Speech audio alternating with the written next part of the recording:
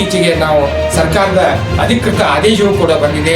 ಇದರಿಂದಾಗಿ ಇದು ಒಳ ಮೀಸಲಾತಿ ಏನಿದೆ ಅಂತಂದ್ರೆ ಆದೇಶ ಜಾರಿಗೆ ಬಂದು ನಮಗೆಲ್ಲರಿಗೂ ಸಂತೋಷವನ್ನು ತಂದಿದೆ ಅಂತೇಳಿ ಈ ಮೂಲಕ ನಿಮ್ಗೆ ಹೇಳ್ತಾ ಇದ್ದೇನೆ.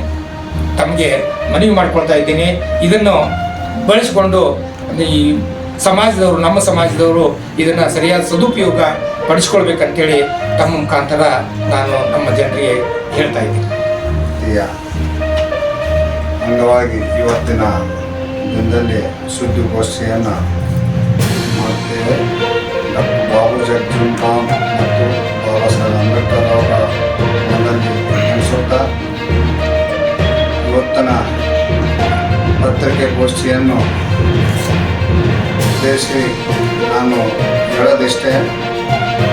ಕಳೆದ 32 ವರ್ಷದಿಂದ ಸುದೀರ್ಘ ಈ ಹೋರಾಟ ಮಾಡ್ಕೊತ ಬಂದಿರುವಂಥ ನಾವು ಮಾದಿಗರು ಇವತ್ತಿನ ಈ ಒಳ ಮೀಸಲಾತಿ ಏನು ನಮ್ಗೆ ಸಂಯುಕ್ತ ಇದು ನ್ಯಾಯವನ್ನು ದೊರಕಿದೆ. ಈ ಸರ್ಕಾರ ಏನು ನಮಗೆ ನ್ಯಾಯವನ್ನು ದೊರಕಿಸಿಕೊಟ್ಟಿದೆ. ಅದಕ್ಕೆ ನಾನು ಈ ಸರ್ಕಾರ ಪರವಾಗಿ ಮತ್ತು ಸಿದ್ದರಾಮಯ್ಯ ಅವರಿಗೆ ಅತ್ಯಂತ ನಮ್ಮ ಸಮಾಜದ ಪರವಾಗಿ ಧನ್ಯವಾದಗಳನ್ನು ತಿಳಿಸುತ್ತೇವೆ.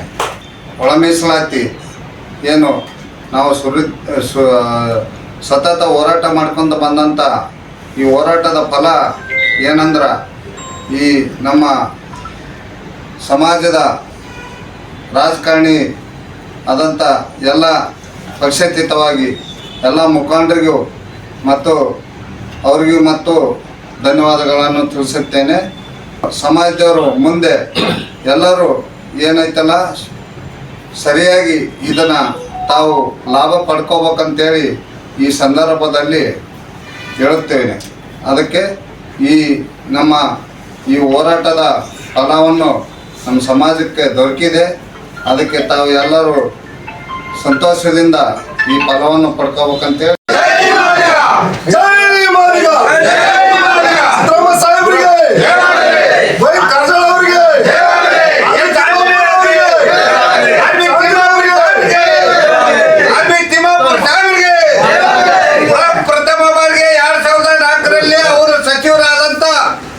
ತಿಮ್ಮಾಪುರ ಸಾಹೇಬರು ಎಚ್.ಎಂ. ಕೃಷ್ಣ ಅವ್ರ ಮುಂದೆ ಅವರ ಹೈವೇಲಿ ಆಲ್ಮಿಟ್ಟಿ ಹೈವೇಲಿ ಅವರೇ ಪ್ರಸ್ತಾವನೆ ಮಾಡಿದ್ದು, ಅವರೇ ಆಯೋಗ ನೇಮಕ ಮಾಡಂತೇಳಿ ಪಟ್ಟು ಹಿಡ್ಕೊಂಡು ಕುಂತಾಗ ಅವತ್ತ ಸದಾಶಿವ ಏನೈತಲ್ಲ ಇದನ್ನ ಹೊರಗೆ ಬಂದಿದ್ದು.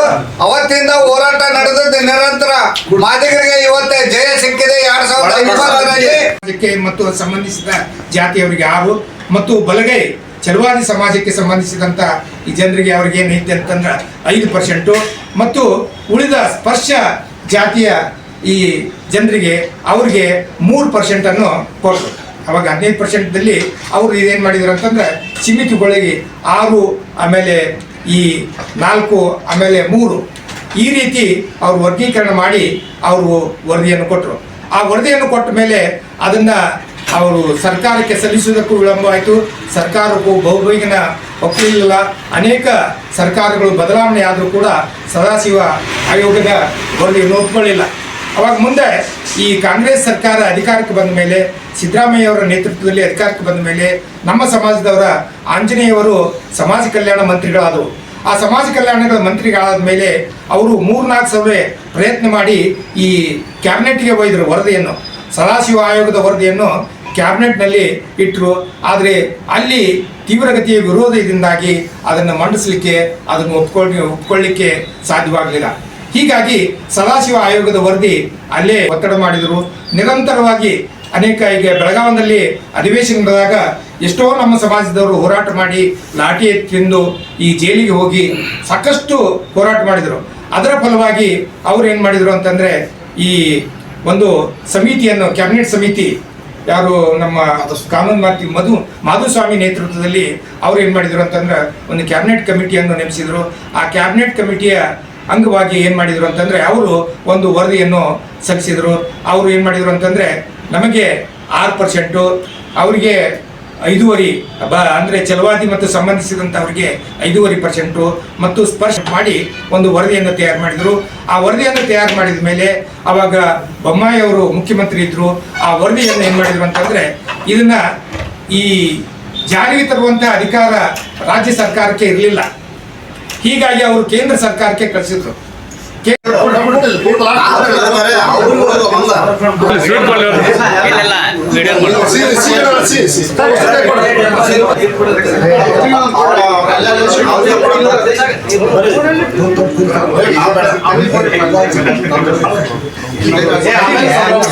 ನಮ್ಮ ಎಚ್ ಆಂಜನೇಯ ಸಾಹೇಬರು ಅವರು ಸಮಾಜ ಕಲ್ಯಾಣ ಸಚಿವರಿದ್ದಾಗ ಸಮಾಜವನ್ನು ಮರೆತು ಟೋಟಲ್ ಸಮಾಜನ ಮರೆತು ಕಟ್ಟಿ ಎಲ್ಲ ಸಮುದಾಯಕ್ಕೆ ನ್ಯಾಯ ಸಿಗ್ಬೇಕಂತಂದು ನಿರಂತರ ಹೋರಾಟ ಮಾಡ್ಕೊಂತ ಬಂದಂತರ ಎಚ್ ಆಂಜನೇಯ ಸಾಹೇಬರು.